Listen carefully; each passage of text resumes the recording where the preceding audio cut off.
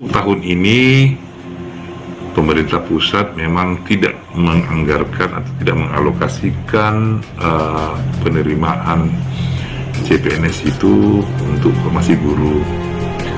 Formasi guru lebih banyak diarahkan untuk mengisi P3K yang memang selama ini kita membutuhkan sebuah kebutuhan yang banyak.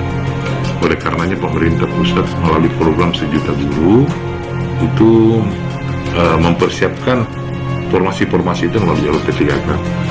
Kalaupun ada keinginan ataupun mungkin komplain dari beberapa guru atau dari tenaga-tenaga lulusan alumni dari pendidikan guru itu. Jadi saya pikir memang tahun ini harus kita pahami kebijakan pemerintah ini, mungkin juga dengan pertimbangan bahwa lebih difokuskan kepada tenaga-tenaga honorer guru yang selama ini sudah mengabdi melalui jalur P3K.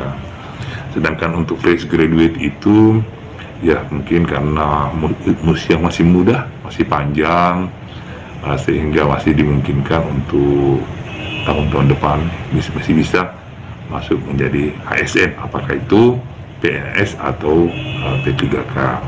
Nah, kami juga berharap, kami sepakat dengan DPR untuk ke depan nantinya formasi guru itu tetap harus ada di CPNS. Kenapa? Karena memang jabatan-jabatan struktural atau misalnya contohnya kepala sekolah sebagai tugas tambahan dari seorang guru itu tidak bisa dijabat oleh P3K tapi harus oleh guru yang berasal dari PNS.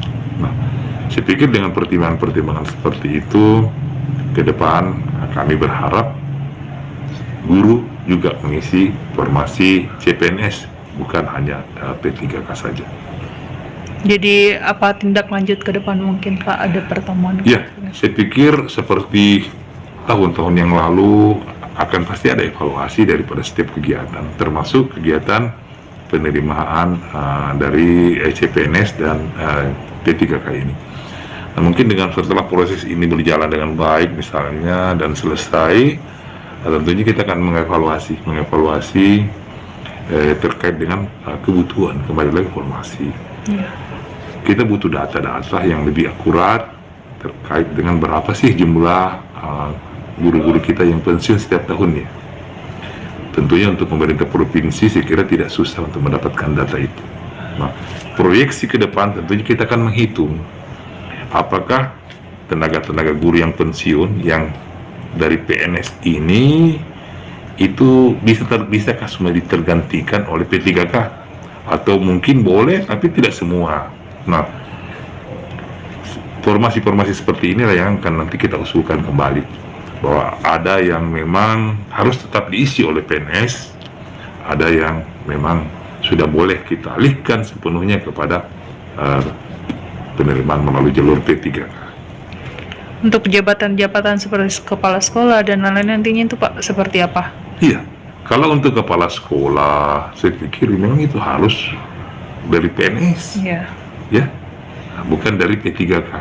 Karena P3K yang memiliki batas waktu perpanjangan kontrak setiap tahun selama sekian 5 tahun, tentunya tidaklah terlalu safe ya kalau untuk diberi amanah untuk mengelola sebuah sekolah sebagai kepala sekolah. Iya.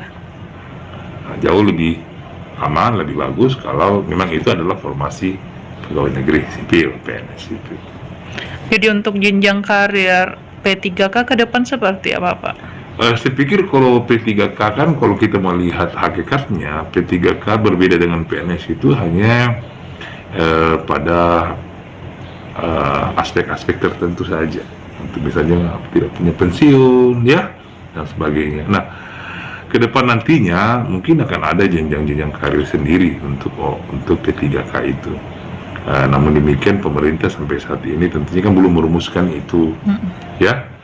Nah, sekarang ini P3K betul-betul hanya diperuntukkan bagaimana mengisi kekosongan yang memang sangat-sangat dibutuhkan, khususnya pada posisi-posisi sekolah yang berada di daerah-daerah 3T ya, terluar, terjauh, terisolir gitu.